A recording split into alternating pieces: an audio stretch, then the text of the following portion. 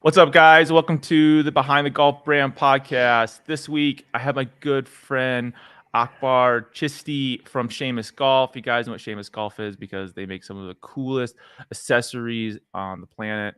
You probably see them at tournaments. You probably see them on TV. And I'm super excited to have him on the show because it's just so high quality stuff that, like, I don't know, I'm a fanboy. So, welcome to the show. Thank you for having me, Paul. I'm excited to get to catch up with you today. Me too. So, where are you located? We're in Beaverton, Oregon, just west of Portland, and we've been here since we started. Oh, really?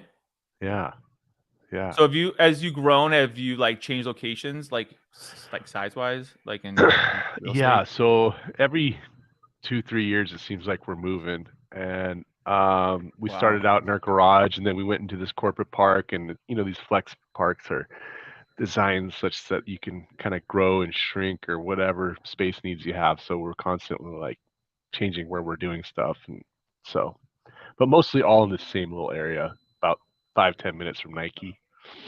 Oh, really? Oh, that's cool. Yeah, yeah. Um, so are you a professional golfer? Um,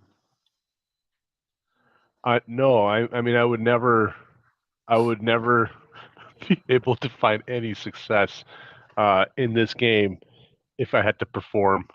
So I'm definitely in the amateur side of golf, and I'm really good at being an amateur. Me too. Me too. I mean, Yeah. I don't know. I would like to get down. Like I started at 24 last year. Well, I've been like that probably forever, but like I think I'm a 15 now. I want to get down to single digits. Like that'd be cool. And then you know, get down to Well, scratch, be awesome. But I it's have a hard. vanity handicap because I don't play as much as I talk about golf, and my handicap is like a 9, but it's technically like Holy not bad. crap! Oh, amateur. That's awesome. Thank you. But I mean, my last 2 rounds were like in the mid to high 80s. Like it's like that. You're not That's playing kind of. enough. Yeah.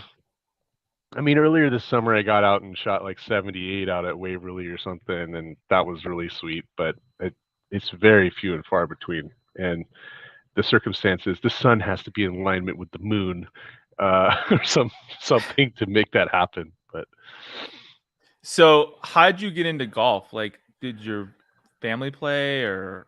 my family didn't play. My family's all from Pakistan. My dad was grew up playing cricket, and then when I That's was cool. young, he was a squash player. Really, at the time in his age bracket of like over 40, he was the best in the country. And like, so I come from like a family of high performers, whatever they're doing. And I was actually a swimmer for a bit because my older brother was a swimmer. And I just sucked at it. I was so slow. And this one time I got out of the pool, my family's all rooting me on. At this moment I remember, and I looked around and I didn't see any kids. And I was like, did I win? And they're like, no, the kids are all in the locker room, man. Get out of the pool. For reals? I was like, I don't want to fucking do this. So my dad's like, you got to go find some sport you like.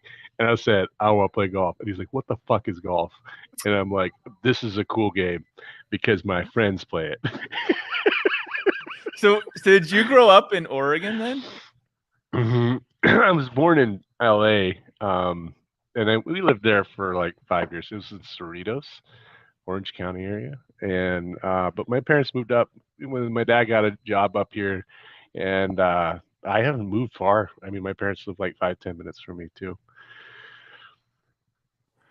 So how did you get into golf then? Like, if your friends were playing when you I were guess I didn't playing answer that. then? Okay, so my buds, like, let's see here. I had a we there's a nice little Pakistani community here that we were with, and we go to the mosque on Sundays. I mean, that was back when I was more, participating and stuff. And there was another family that they'd go and play golf, and they took me out, and I was like, it was this course called Arenca Woods. It's not around anymore. It's like housing development, but they had like, I was big into nature, so like I'd be out there like we're playing golf, and then we're like walking up this creek and catching crawdads, and then we're going and playing golf again, and then like, oh my god, there's like a eagle, like I just, to me, That's it just cool. combined Yeah. those things. And then I'm with these, buddies and little kids, big open grass spaces. It's like heaven. You're like doing fucking cartwheels and shit. So I was like, this is Yeah. everything I like. And so then, the community of golf here in Oregon is really embracing for kids. There's a kids program everywhere. And so my parents just started putting me in them. And then I made some buds that were just the kids that get dropped off at the course in the morning, and parents come pick them up at night. And, my parents were like, this is great. Like, you're around what Nice seems to be people and some you're good outside. people. It's like, You're getting a yeah, you're like, little bit of exercise, and so it just stuck. I just loved it so much. The social side of it too. so then you just kind of grew up just playing. Like, did your dad end up playing with you, or you just played with My your dad friends and you kind started of got playing into it? golf because I was playing golf. He was taking me, and he's like, "Well, maybe I'll try." And his swing is like he's swinging a cricket bat, and the results are really not that different. Different. A very low stingers and stuff like that. But he just liked to get out, and then my little brother got into it. And yeah, so I would play in high school golf, like state tournaments, and Really? So you never. got good. Like, you got good because you're playing a lot. I didn't win tournaments, but I would always Give me the get golf out there. team. And That's cool. yeah, I mean, we did well. I mean, um, but I ended up making more friends on the golf course than I did really, because I wasn't really beating people in match play. I'd just be like bullshitting. So like, Having fun with um, it and enjoying it, and yeah, like, yeah, and then the real ignition for my like golf passion came in 1996 when the U.S. Amateur came to Pumpkin Ridge, and I was like 13, and I went to go. They recruited the kids around to caddy in it, and so I got to go caddy in the USAM, and that was like this moment. I was a huge Tiger fan because he had come to Portland just a year or two earlier for when he won the U.S. Junior at Waverly, and so he had this kind of legacy around here. And so that, seeing him play and win, and then, seeing Phil Knight following him, back in the day, it was a pretty impactful thing. really. And So like like that was the earliest. That was early because he hadn't even won. Wait, 96. When was oh that? Was no, that he'd already before or won after three the U.S. Masters? Juniors. That was his third U.S. And he had played in the Masters twice already, and then he was going to Oh, forego he didn't win his until next exemption year. to end Yeah, up going in on 97 and winning I remember after he'd that. already So this is won like right something else. before all this. So you could see it happening already though. Even I mean, obviously you as a kid you're watching like, oh, this guy's gonna be the next Michael Yeah, Jordan. and I mean, Phil like, Knight's I here, like, was, oh hell yeah. yeah, oh my God. And like I was waiting, remember for my parents, remember waiting afterwards for my parents to pick me up, and I'm like one of the last people there, and I watched Tiger and Phil get out and walk into his Acura NSX and drive off. I was like, everybody was like, I don't know if he's going on tour or not. I'm like, no, he just drove off with Phil Knight. He's going on fucking tour. That ain't like, Yeah, hey, like, we're just hanging out with Phil thing. no, no, And no, no. and then the brigade like drove by my parents' house, like, and I remember seeing that of like all these fucking black Hummers with swooshes on them, and I'm like, this is the coolest thing ever. This guy's like just changed his career path completely. Like, I mean, he's already on that path, but it was just like pretty cool to see. Yeah, he's already made the next step. Like I mean, once it like Hmm. I mean, 96, he was when like Jordan it was Jordan. Like everything was Jordan. I mean, Hmm. I remember when he won in 97, the Masters. I remember watching that. And I was like 19, I think, at the time, maybe 18. I was Hmm. 19. But then you see somebody like your age, pretty much, or close to your own age, winning the Masters, and you're like, "Oh, this is this is it. Like, this is the next Yeah. big thing." Like, you already knew it. Like, I feel like that's like a big time in like golfer. It changed the industry completely. I Well, mean, my opinion. yeah. I mean, it was a big deal for me because, being in golf, like my family's from Pakistan. I don't look like a normal golfer, and to see this guy who didn't look like a normal quote unquote golfer, basically destroy the Destroy everybody. barriers, and then Yeah. destroy everybody. And it just showed that this game had a way of kind of balancing things out. I mean, it's not as discriminatory as one might think Yeah, and now also like, because of his work, really. yeah, I love Tiger. I mean, Tiger's my favorite. I mean, I think anybody who grew up in our generation, I think is like that's their number one. You know. Hmm. So that's crazy. So then, did you go to college then in Oregon, or what did you do after that? I went to Portland State. My mom was an accountant there, and then I got a couple of tiny scholarships for accounting. And in our culture, we're supposed to live at home until we get married. So I lived at home, and I got rides to school with my mom when I was in college. How cool is that? I mean, I used to bum rides all the time for my friends. I was like a bum, but No, that's I would I like call think my that's one mom. step lower. I'm like You're like, fucking "What's up, 20 and calling ladies?" my And you mom. like come out of like the Uh, minivan. oh, that's exactly who the hell I am.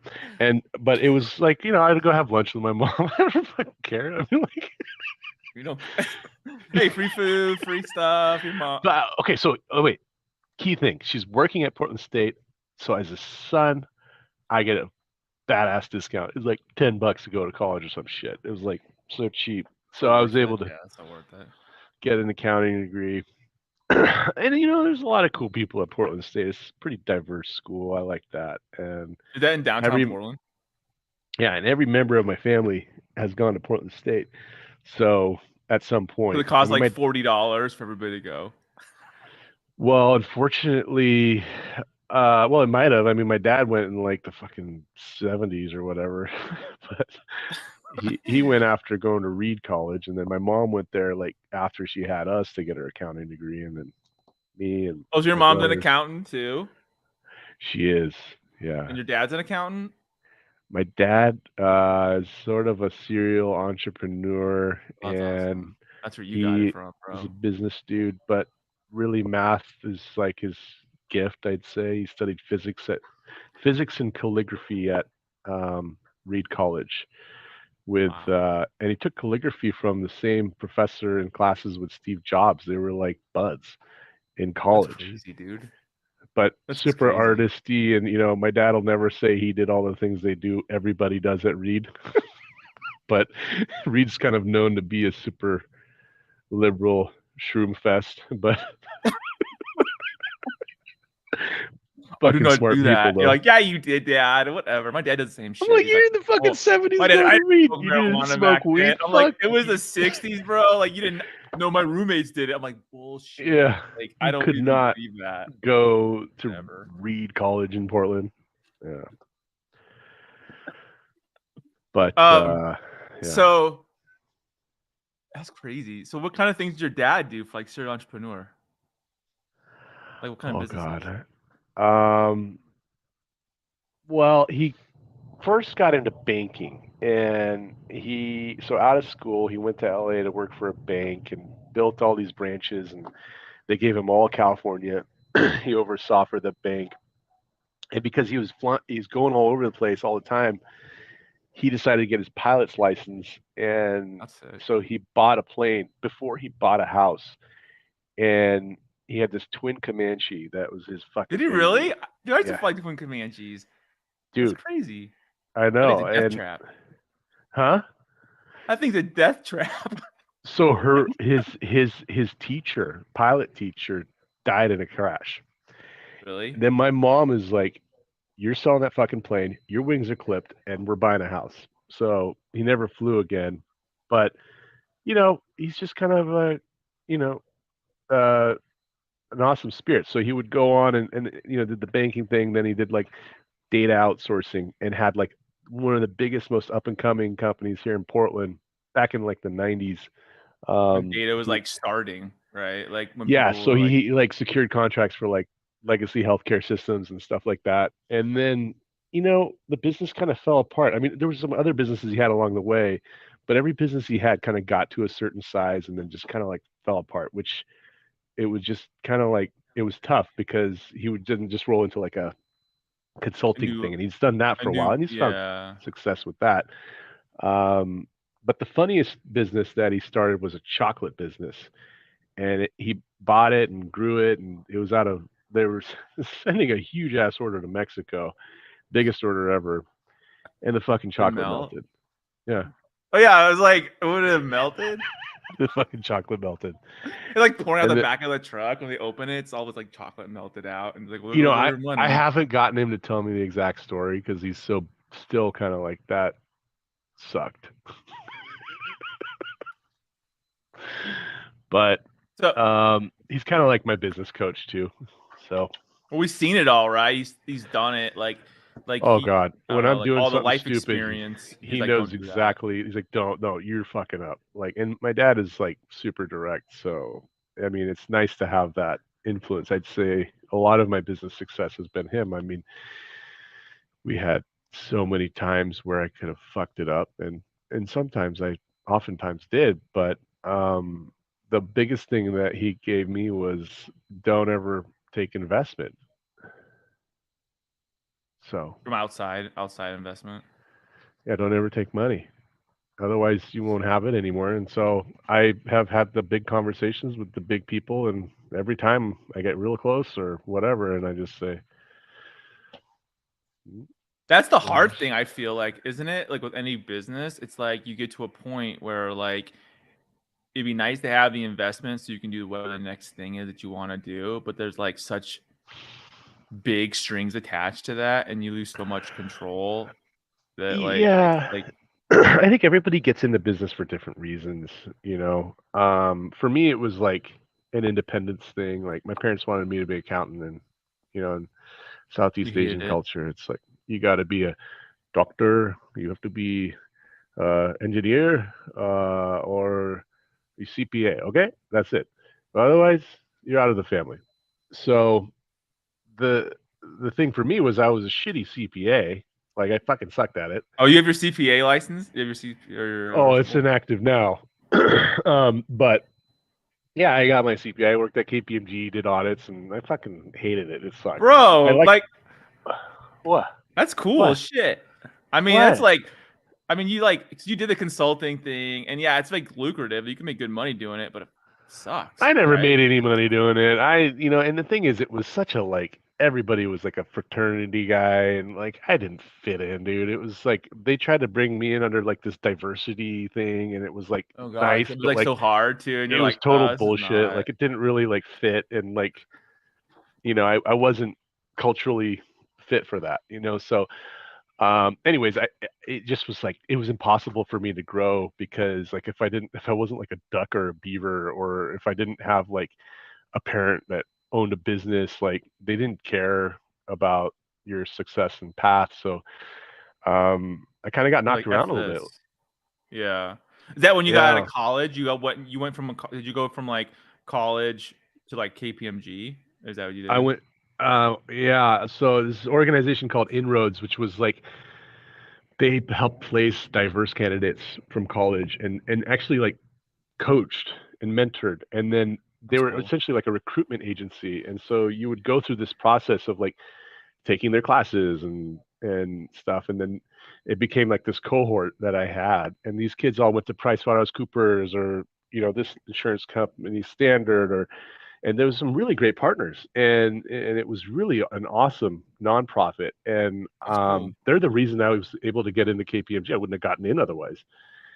And so I went through that, and actually was like really involved. Like I became the president of this organization. Had like 200 kids in there, and I'd be helping the other guys that were trying to do stuff. And but then once I got into that harsh world of public accounting, like my God, it The was round crazy peg, square hours and like, hole.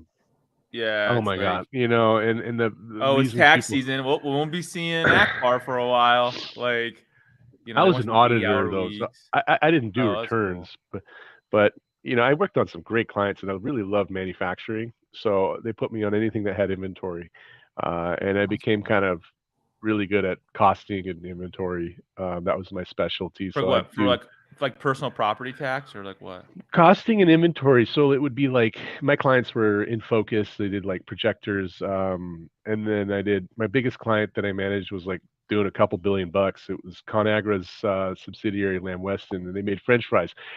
And I was homies with all the plant operators and just go around eating French fries. It was pretty fucking sweet. And they're all cool. They're all like awesome dudes. Yes, yes. Um, what are we answering right now? What am I talking about? Your Does it life. Your matter? just life. Whatever. Like how you got Okay. from oh my god, it's hilarious. So a buddy of mine, obviously in comments, I gotta put this on, dude. Here, all right, this is my buddy Rob. So like we used to work together. Wait, are we And listening to this conversation right now? How do? yeah, we're What? alive, bro. We're Oh my god, alive. I didn't know that. Hi, Rob. I told you that. Oh. All right, so this is my friend Rob. He's listening on LinkedIn right now, but like he did inroads too. Look, see, I worked with inroads during my time at EY because he was at Ernst and Young.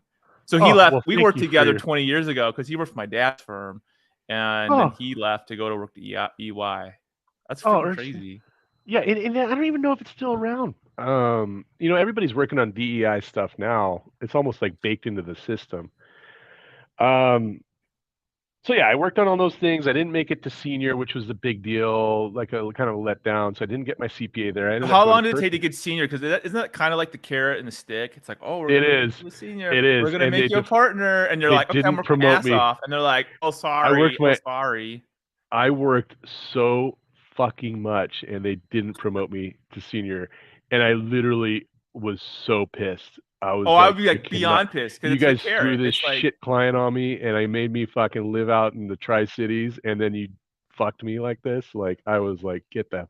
I was like, I'm done. I'll be so pissed, bro. You guys are not that. That's cool what it's like in the anymore. legal field too, dude. It's the same shit. Yeah. Like, we're gonna make you partner. And then afterwards, like when I started Seamus, they started inviting me to like their reunion events, and I was like, all of a sudden, you guys want me to hang out. Great. Oh, now we're buddies. Now we're bros. Yeah, can you give us like 500 ball markers and some head covers? Like, yeah. So, anyway, you went to it though. Oh, I did because I love the people. What's up, bitches? I own Seamus now. You could have. Look, dude, I never worked around so many smart people like at the same time. No. These people were all going places. I loved my cohort of people that were at KPMG. Yeah. They were so awesome. And I had like it's the corporate world though. It's right. And I had advocate for me. I had one partner that was an advocate for me. That wasn't enough there. You had to have a lot of people that had your back. But this guy, Tim McCann, was just a badass. I mean, he's the one who called out Enron from Arthur Anderson. And I just like resonated with the guy. We connected. Yeah, you're like, oh, this guy's a badass. So when it all went down, I went and talked to him and whatever. But, he was supportive. Got me in another firm, Perkins & Company. That was great. But ultimately, I got laid off there. This is a really cool in 08 or whatever. 9. Yeah. And then the IT guy was a good bud, and his wife had a little accounting firm. So then I went there, and then ended up working for one of her clients, a real estate developer, doing low-income housing, these complex tax credit entities, and it was really interesting and kind of fulfilling work. It was all rural Oregon, but man, I got there at the time to be pretty busy because he started, on a couple buildings defaulting on notes, and so we had to do some. Yeah, but the guy became like a mentor, second father to me. He was Dave Glennie out of Salem, Oregon, and I still play golf with him today. And he was one of the most active proponents of me starting Seamus. Really? He let me work for him and take calls with clubs and sell stuff out of his office.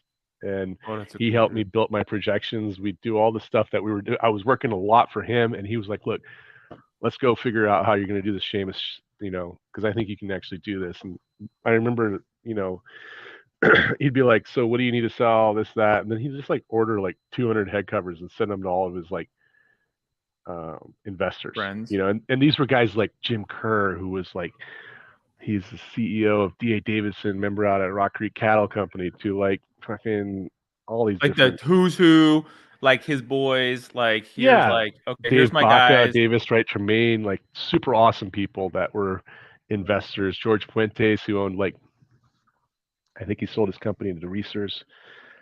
He just was the most network great dude. And, I didn't have that many people like that just gave that much of a shit. I mean, and he's just,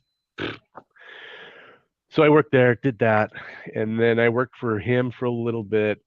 Are we still going? Is this still? Oh, Are this we is still cool. just? This is cool You as want me to just shit. keep going? So is that Okay. where you met your wife? So where'd you meet your wife at? I totally glossed over the most important part of the story. No, I met. you brought it up a little bit. I, I'm sorry. My wife, Megan. My wife is amazing. Okay, she's amazing, and I met her while I was at KPMG because a buddy of mine there, Matt Kenton, we became great buds. He was known to be kind of a dick, but I love people like that. He's very honest. He's and that's why I liked him. And we could both be the same way. I mean, Because he's even though I'm not, real, right? Like you he's like real. he's not I'm yeah, nice, he's but not I effing really with you. appreciate real. You know, he's very authentic.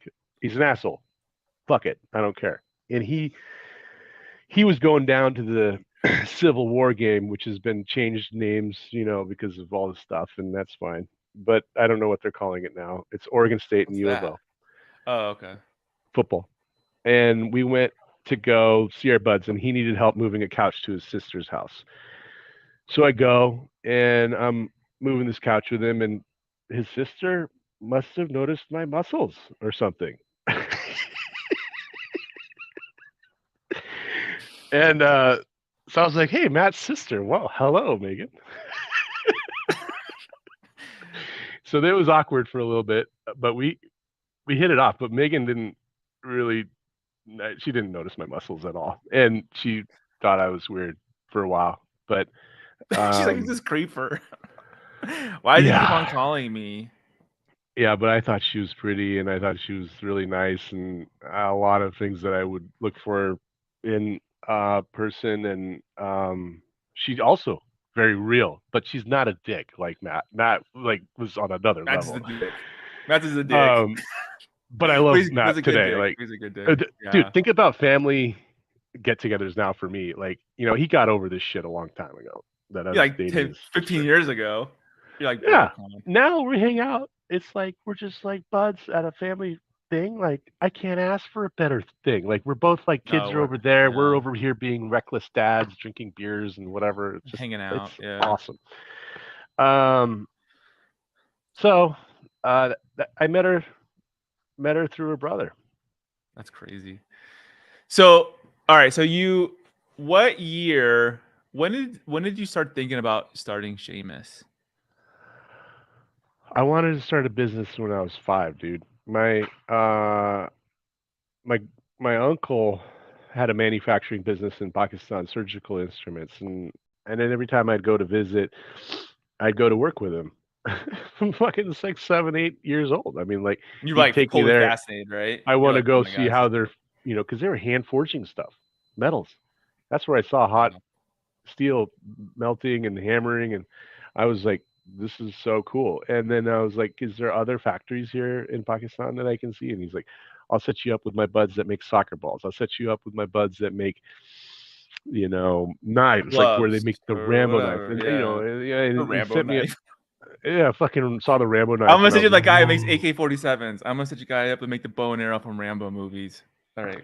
You see all kinds of shit in Pakistan, that's for sure. Partially why I'm probably so screwed up. But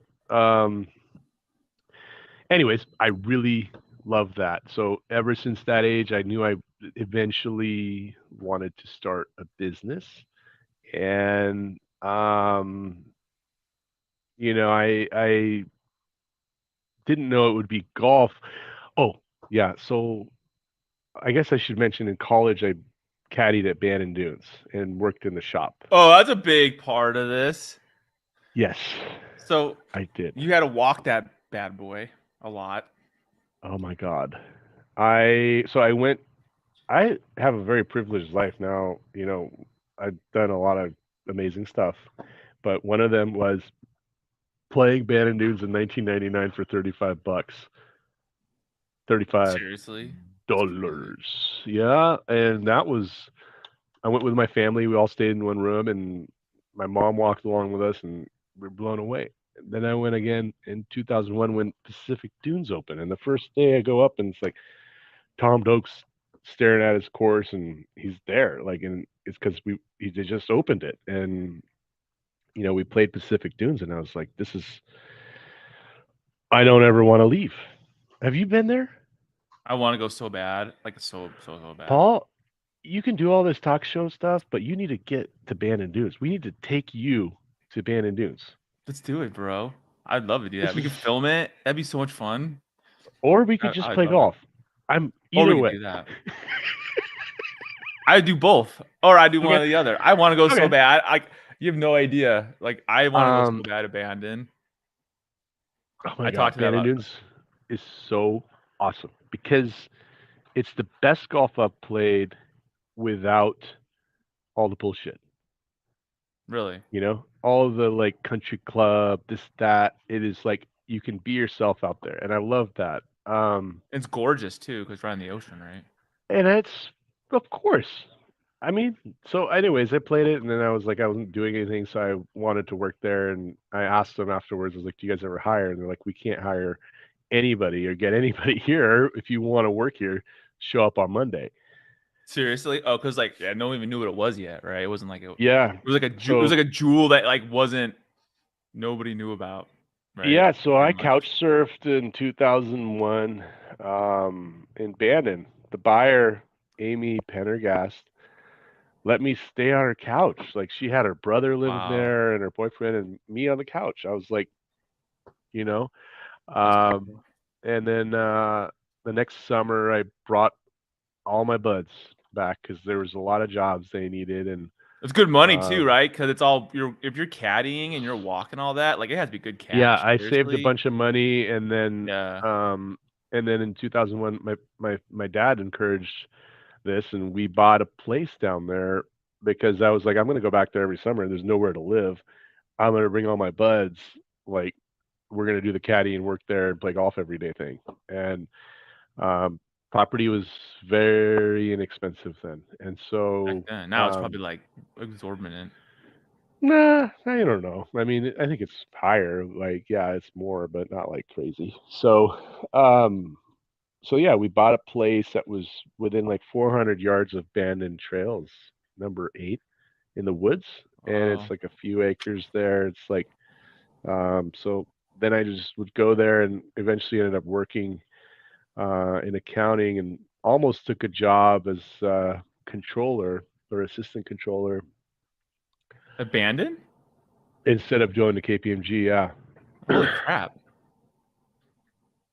I mean, yeah. it's kind of a good thing you didn't do that because you'd probably be like CFO or whatever there at Bandon, and you probably wouldn't have done, you know, Seamus because you would already been doing something No else, a regrets. different Is path. that what the tattoo says? No regrets. Yeah, it's crazy though. Like those times in your life where like Yeah. like the easy, I don't know, not the easy thing, but like the less, I don't know what the word is, but that's crazy. So you go start. So you start Seamus in what year? In your mind, you're like, okay, we're really gonna do this. So how did it start?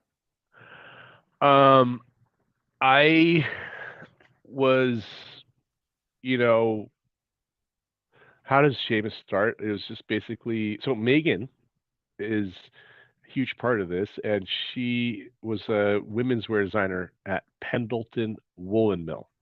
Have you heard of Pendleton? They make the blankets and stuff, Native Yeah, American cards here in the Pacific Northwest. um, her background was design. she grew up here in Beaverton, 10 minutes away from me, and she studied apparel design at Oregon State. Oh wow, cool. So um, I had this head cover that I really love. This head cover right here. Uh, this is prop number 1. You can see Oh, that's this is cool. a Yeah. head cover my dad brought me back from Royal Troon, and then this part was falling off, and so she just sewed on one of my old socks. You know how accountants wear black socks? This is an Yeah. accountant's black sock. She sewed that on there and fixed it. And then she was like, "You know what? I think we can make these with Pendleton." And so she started making them with scraps from work, and that was kind of like how it started. Because then I started giving it to buddies, and then of those buddies, like Amy was at Bannon and Jeff Simons is still there at Bannon. They, I just took it to them and I was like, do you guys think you'd ever buy something like this? Like, because nobody was really making tartan head covers.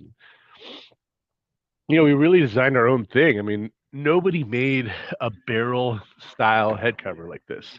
So like you see these on Everywhere a lot now. of The a last lot of 2 3 everywhere. Yeah, years, everyone's doing them. everybody. Here's what they did.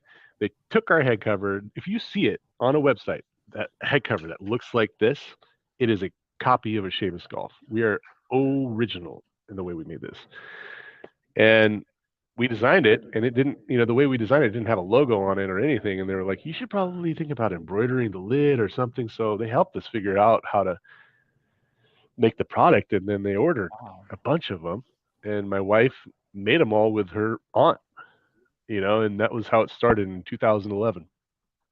Our first sale was to Band of Noons. How many did they order? Do you remember? I think it was like a couple hundred.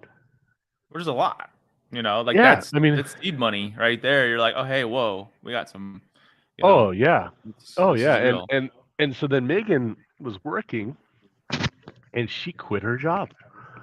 She's like, I think I'm going to quit my job to do these. I was like, we got to sell a lot of fucking head covers, Megan. I don't think that's a good idea. You're like, are we sure about this?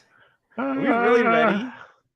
just because we sell to a band of dudes some head covers doesn't mean we get to quit our job, Megan. I don't know if this is a good idea. Were you So still working as then, an accountant though? So it's yeah. like not as So risky. then I took a second job with Jones. I Hey. took that. I said, Oh hey, really? You I'm went to starting Jones? Seamus. I'm working for this real estate developer, and you guys have an accountant that sucks. So I will help you. And Like a so I side went. job with Jones? Yes. So I had Okay. 3 jobs at that time, and I worked every day, and I worked Seamus, every morning. the developer Seamus, dude, real estate developer, Jones. and okay. And I didn't pay myself for 3 years from Seamus. So pretty much you use the Seamus money to just reinvest the money in the brand and Put it help back in. pay. Well, I mean, if she was getting paid or whatever, we had extra money, you might be able to take a withdrawal or something like that. But Yeah, probably not. Probably yeah. just rolling. No, You're just I rolling and it, it, rolling it, yeah, trying to like yeah. because you're working your ass off trying to make cash to pay your bills. And then Megan paid herself since the beginning. Her annual salary. Let me tell you what it was. She worked probably 60 hours a week. You ready? Yeah. 18 grand 18,000 bucks for the whole year. for like 4 years. That's the thing though. People don't understand like when you're like at least for me too, it's the same kind of thing. That It's like doesn't when you include the have a months she skipped. oh yeah, like you don't make shit. I mean, like No. you just roll it and roll it and roll it and roll it, and then like everyone Mhm. else gets paid. My dad always tell me this because he has his own company. He was just like, the owner gets paid last. Just remember that. He's like, Yeah. everyone else gets paid, and so I'm like, yeah, Yeah. I guess that's true. So I mean, I don't know. I think it's a life lesson too. If you're gonna start a business, it's like you're not gonna get rich right away. You got to just like want to do it and like go all in and try it. Yeah. So you sold it abandoned, and then how did you get like more sales? If she's making them, how were you doing? Like, how'd you get it out further? Like, you know what I'm saying? So you got the original order Um, abandoned, and then what happened? well, we had between 2011 and January 2013 kind of a runway because we didn't have kids. My daughter was born in January of 2013, January 4th. And so Megan would work, and she worked while she was pregnant, and so she was managing production. And then when I was working, the nice thing about golf business is a lot of East Coast stuff. So I get up at 4:30 and I'd make calls and work until 6:30, 7, and then I get to go into work, and then I'd be doing calls and stuff in during the day, and I cold call places, man. I would call everybody. I would go after anything that looked like a sale. I was a hound dog. And then I went to the PGA show in January of 2012 with a backpack full of head covers, and I stopped everybody and talked to them about what I was doing. I didn't stop talking So who'd for you 2 days. who were you talking to at the show? Like, did you go to Anybody that the looked like a golf pro. any? Did you go to booths or just anybody? Just anybody? You know what I'm Well, saying? You go to the booth and be like, I okay, had a this is booth. so and so golf. Yeah. Oh, you had a Chris booth too. Chris Carnahan at Jones had a Had a wedge booth probably. company before he started Jones or went to Jones with the Lemons, and he was like, "Dude, these head covers are cool. I have a booth. I already paid for it. You come, you can Oh, that's sit in cool. my booth and hustle out of the corner." And I'd set up meetings. I'd talk about his wedges, which he ended up leaving that company. But and then I talk about that, and then he went to Jones. I went again the next year, and then I would sit in their booth, and That's we cool. shared it, and I did that a couple years, and that was a really good way to do it until I got in trouble. And the How'd you get in trouble? PGA show is notoriously challenging to work with people, the Reed Expo people. And at the time, you weren't supposed to like share booths between two brands because it means they get less money. Yeah, like and as in like tens of thousands of dollars. Yes, and so in advance of the 2014 show, they were reviewing the places Golf Channel was going to interview founders, and they were like, "What's the Seamus? What's the Seamus Golf?" Probably. Seamus. They're like, they don't have a booth. So then they wrote me a letter, and they were Oh, like, totally pulled the rug out from under me like the day before the fucking show. And I'm like, I have meetings and I got, as you know, fucking Golf Channel coming. This is amazing for us. I cannot this is huge. not Yeah. go. I'll buy a So booth. And they're like, will you? I was like, I'll throw the deposit down today. And they're like, well, we don't have any more booths for you, bro. And I'm like, bullshit. so I was like, how's next year sound? And they're like, okay. And then I booked that booth, and then I got to do it again They're- for 1 year with the Jonesboros. And they, of anybody, these guys at Jones were so supportive of us finding some success, man. And then we just kind of like put our booths next to each other or whatever, And so it was nice to have that So how did you relationship. meet the guys from Jones though? Like, how'd you become friends with them? Did you grow up Golf with is those a guys? special game, dude. You meet people, and we Carnahan and I went back to junior golf days. Oh Carnahan wow. Shada, I didn't ever play, and high school golf. He played for West Albany. He was a talented golfer, and he got what golf was about. Community. Well, that and like he's also like just a purist but with a modern style to him. I mean, he's one of my favorite people, and um, he we went to Bannon once. Let me tell you about Carnahan for a second. Carney and I go to Bannon with it's basically Jones guys and the Seamus guys. So I brought like Matty the mayor from Gearhart and buddy Alex Case Spear. And we went and played a match, Ryder Cup style, and we all went half set forged blades and persimmons. Wow. And I'm playing with Carnahan out of Pacific Dunes, and he's using the Cool Cat, this cork-filled yellow persimmon driver, and bombing at 340 off the tee. Holy And I shit. see him every once in a while in the tee boxes and the greens, but I didn't see him much after that day. And he shot 68 with 8 clubs They abandoned. at Bandon, and those clubs were all over 50 years old. Crazy. That's crazy. Isn't it amazing? So, That's it. So if it wasn't, I mean, like that's really cool that they actually like kind of took you under their wing too, because they were doing their own thing as because I well. But didn't it's kind of like, have the resources for to the invest in anything, yeah, no, I and get it. Yeah. they were like they would like be supportive of me, and then like vice versa. So anytime I got into a situation, I was talking like, have you heard of Jones? They're coming back. They're doing this cool stuff. Like, and then we take our photos together. So they were a big part. Yeah, And it's then a different kind of, it's like a friendship though. It's not like, oh yeah, we know each brands other, don't do whatever. this anymore, dude. Like they just don't. Like they don't start out like that. Where there's everybody's trying to beat each other and do like or it steal seems like ideas, or like, stealing of ideas and this and that. It's or just like, dude, come on. like you invented shit, and it's like, really, dude, you did. None of us really, I know I was throwing No, a I'm big not like spin that. I'm about. talking like, like people do that though. They act like everyone. I feel like because now, I don't know. I think maybe it's a little bit different because like you guys were in the same city. You guys already knew each other. You had two up and coming brands. He was a little more established than you were, right? But it was Hmm. cool. He gets you Hmm. under his wing.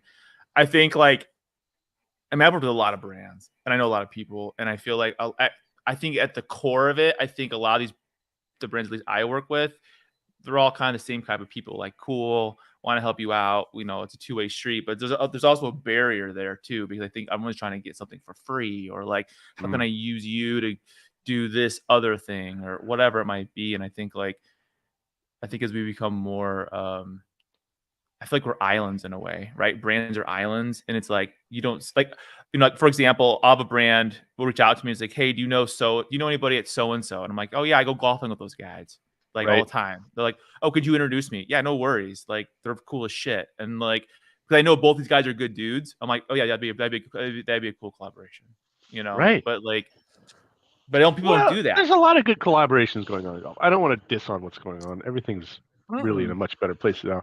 Um, okay, so then Bannon Dunes. Let's talk about the. Can we talk about the landscape of golf Sure. when I started? There was no Sand Valley. There was no Stream Song. There was no Sweetens Cove. This whole movement towards authentic, design golf was just beginning. Guys like Tom Doak and Gil Hanse were just starting to redo everything, and people didn't have a fried egg to listen to hear about what a Redan or Biarritz was, and all the cool things that exist within golf courses that were just plainly getting overlooked. And so the movement towards like the authentication of golf had just begun. So if you think about our success since then, like starting out, had that not happened, yeah, this would have been a pretty dumb idea. But the way it's turned out, by luck and chance, that people were really going to invest in this direction for the game, it created a ton of opportunity, and a lot of that I was able to find our path was because of my commitment to what golf is about, like, and as it was meant to be by the guys, the Kaisers. And so I was very fortunate to have that relationship with these Kaiser properties as they opened up, because I'd be on the ground level of trying to figure out what the best products would be and have them launch there. And the That's Kaisers so have changed, cool. huge impact on the change of what golf is today. And these properties that they built just grew and grew, and they built such great brands within these golf courses and told great stories in their retailing efforts. And so that partnership was strong, and then that led to like who are they working with? A lot of hosting of USGA. Well, like, so we got to Chambers Bay very early because some of my friends went to Chambers Bay to work as they were launching it and opening it. And so the USGA took note. They're like, we're looking for a local purveyor to do some product. We like to do that when we go to different places. Mary Lupazinski's like, oh my God, I love Mary. She's the buyer for USGA, and she's so smart, and I learned from her so much. And so she had me and Megan come and have our product at the U.S. Open at Chambers Bay. And since then, she'd have us come up with a new line and present it to her and her team, and then they would, we ended up getting to do every U.S. Open since then. Um, Crazy. and the U.S. Open is like, all these people talk. So then the Masters came about, and I started designing unique products for the Masters, and Crazy. that was really cool because like we were designing tartans for clubs at the time. Like when Terra Edie opened, I designed a tartan for them, and um, you know what a tartan is? It's a plaid. It's like a Yeah. wool. It's Like the Scottish, yeah, Scottish plaid. this is the Stewart of Appin. This is David McClay Kidd's tartan, and so he has a kilt in this. Like it's a familial thing. But what happens is clubs can, you know, the it's actually possible to register and trademark your own tartan and have it with the Scottish authority. And so I did that for like Baltusrol and Sea Island um, That's so um, cool. and so then that led into doing that for Augusta. So that was a big deal because the members tartan is from Seamus. And so we did the stuff for the member shop and then Berkman's place, which is like a nice shopping experience. It's just like the most elite shopping experience, and that was really by virtue of the relationship and people saying good things about us, whether at Bannon and that Mary and her team probably made some comments that were like, yeah, you should check these guys out at Seamus. And Wow. Oh, I think it's so cool too is that like I think it's two pieces. One, it's like it's so high quality, right? So it's not like it's your product speaks for itself, but then I also think it's you and Megan. Like I think like they like it's like two parts, so it's like you as a absolutely. person and you as a brand. And it's like if you put them both together, that's why Seamus is Seamus. Because if it wasn't one of these were missing, right, Yeah, then it would not be like that, So I yeah, think that's amazing. yeah. Like, you guys are everywhere, and you're like everywhere, like all the cool places, like and you're exposed to another level of Well, golfer or okay, so buyer or world. our golf shop expansion into like all these great places that exist, that it really was driven by our product mix evolved too. Um we started making ball markers and stuff, and like like this is the tour card. I tried to find a ball marker. Ball marker really changed our presentation in those clubs because they started selling them on the counter and stuff of these shops. I can't believe I I can pull it don't up have a. too. Like I can share Oh, on here your we go. site. This is the most unconventional ball marker I could show you, but it's a Leon. It's Yeah. for Leon Bridges. We did a guitar pick. Oh, that's I sick. love this one. But I met a blacksmith here, and I loved his work. He's making bottle openers like this. Like this is the one we did for LACC, and I liked his work, and it reminded me of like a old hickory club, right? That's Everybody sick. says Yeah. hickory club, hickory club. Well, I love hickories. Nobody says hand forged club, but all the heads were hand forged using these techniques from eras way back. I'd seen the hand forging from my uncle's factory in Pakistan. So like I was like, I love melting metal and hammering it. This is what it's all about. Art. Everyone's unique. Everyone is different. Everyone's worth holding on to. It's a quality thing. And so we made them. I talked to Lyle and I'm like, hey man, I'm gonna make some ball marks for like, you put it on the green, like you know what I'm talking about, like a golf, a ball, it goes on green, the divot tool. And he's looking at me like, I think I know what you're talking about. I'm like, really? He's like, yeah, I'm like an 8 handicap. I'm like, what the fuck are you making me talk about this shit for? Thanks, Dick. He was like just watching me explain a divot He's like, tool you're and gonna like make like horseshoes laugh. for like And horse. he's kind of like Like, giggling. I'm like, why are you laughing at me? I'm like a potential customer. and then you're like, oh, I like this guy because he's already. Yeah. And then so I like was like, okay, make me some ball marks. This is how I want them. This is like perfect. Because everybody was buying poker chips then, and those are just, I thought, stupid, I mean, this. whatever. I have one right here. Look at this. Of course you do those things. Yeah, but this isn't mine. Somebody gave it to I me. actually used to have poker chip ball marks, and I thought they were cool. But then I'd use them, and I'd be like, the ball, like, how does this make any sense? Ball like knocks off. Like, why don't you just put a bloody Coke can down and mark your ball with that, so their ball marks are flat You and the could ball can play. technically, as You long as know, somebody doesn't complain, and then you have to like change it out. I learned that rule. Somebody told right? me that. Yeah, So yeah, yeah. I'm gonna do that. Hey, when we go play Bandon, I'm gonna use a Coke can as a ball marker the whole time. You can do anything you want. I'm Would you totally laugh your ass supportive. off? What was a beer can? I'll be laughing my ass off whether or not you do that, probably, because that's what I'm I gonna do do when I both. golf. You're like, bro, you're fucking terrible. You need to get out of here. And I'll be like, that's all right. Yeah, I'm just gonna be me. yeah.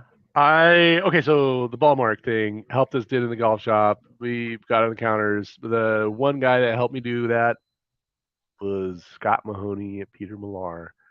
He Oh, was really? the first one to order our ball marks. He saw it and he was like, "Dude, you should sell these to golf shops." I was like, "Nobody's ever gonna buy like a $30 ball mark, Mr. Mahoney."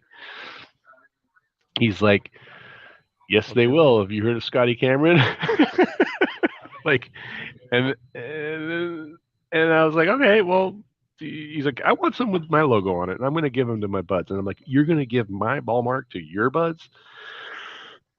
Peter Millar, you I love guys Peter are Millar. I love their logo too. Their logo is so sick. it's the best.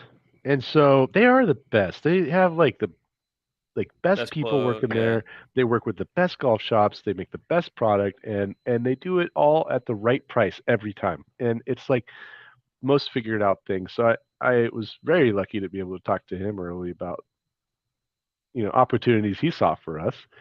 Um, and in so much that like even Todd Martin, the sales guy, let me have a couple of their independent reps, Eric Budin and Steve Nadelka, Midwest. These are the best reps in the industry. That would help me get into these shops and a little company like ours don't deserve that. I mean, that's like pretty it's pretty awesome stuff. And it It like wasn't the heck. it speeds up everything, right? Because these guys have the Yeah, relationships, has everything, and it's like, oh yeah, yeah, here's my guys, and they're independent. yeah. Don't even worry about it. And you're like, oh Yeah. my god, thank you. I'm to go cold call 1,000 more people that don't even know us. Well, yeah, yeah. So they were very supportive. Very So supportive. what right now, like, what's happening for the rest of this year with Seamus? Like, what do you guys got going on? Oh man. Um I think the Ryder Cup is coming up. We got some stuff I'm working on for that. The Huge. I'll be very excited to have that be a nice little presentation we do. To tell you the truth, a lot of what I've done hasn't really been the type of work I wish I was doing. I don't know if you've heard that from people that you've interviewed, but this past few years since the pandemic began, it basically destroyed my production process because it was a heavy people component and um, we've struggled a lot since the beginning of the pandemic to get things made.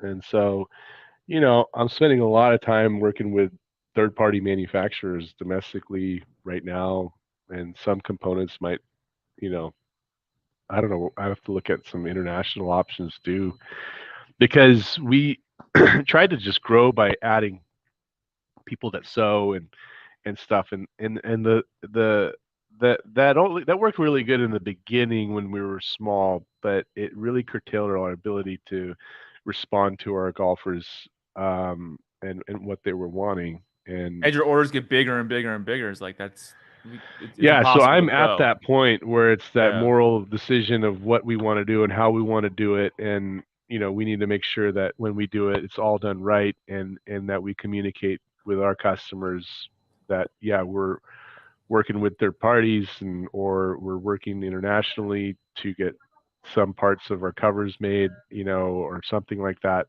um, to scale the part that is like struggling. And then, I'd say a lot of the stuff I'm working on, then once we can get the right partners in place to cut and sew that, you know, um, I still have my shop here and I have all my cool stuff I'm doing, and that's never going to go away. But we just can't run big orders through the cool stuff place. Otherwise, we don't do the cool stuff anymore, and we get a hard time to just churn out really cool It's a hard projects from. dilemma too, because it's like it's supply and demand, right? I mean, it's like you can't. Well, It's a golf kind of blew up, but it also blew up our company.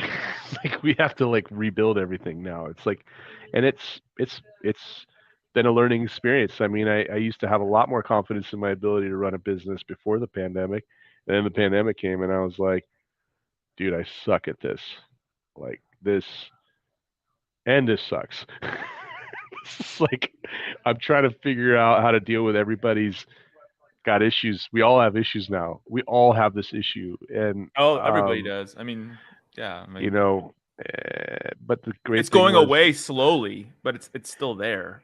I mean, it's a yeah, double-edged sword, right? Because a sport blew up, but but then this it's like type of supply work of chain blew up sewing too. and the people It's time componentry, intensive. like it just Yeah. pushed people into new jobs and new things. And so, anyways, I don't want to rant about that. I mean, right now is the Oh, thanks. time that I start working on stuff for next year, really. So I'll be working on like the U.S. Open spread and trying to see if we can do that again. I'd love to do that again out at Pinehurst next year.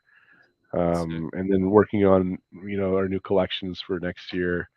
That's something I'll be doing a lot of here. And I've been working a lot with this team I have, which is incredible. I have the most awesome team now because like we went through the shakeout, and I've got um, a really good account management team, and I started getting these guys out of this University of Oregon sports management program, and they're sharp, and I've got a good content creator, which I was running and gunning a lot during the pandemic, and that just was It's unsustainable. hard. It's hard.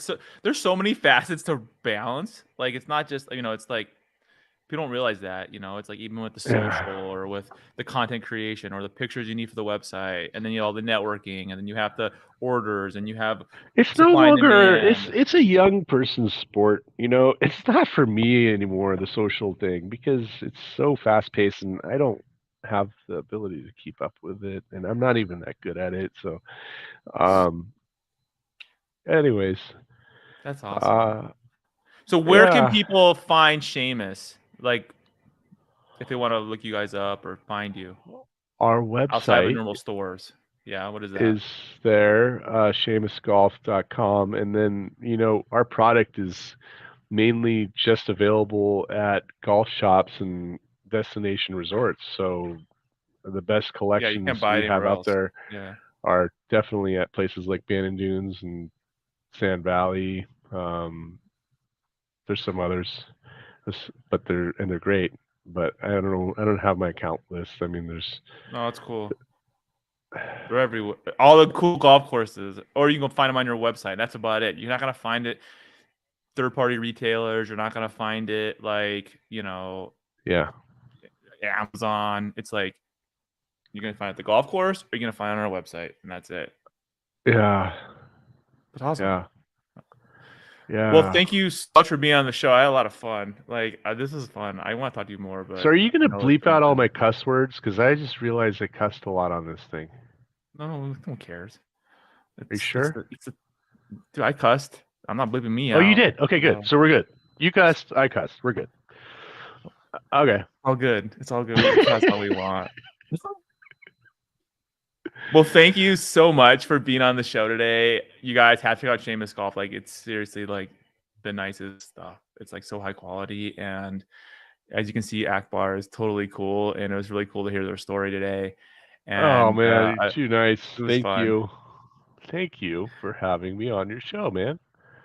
Well, thank you Yeah. for being on my show. Yeah.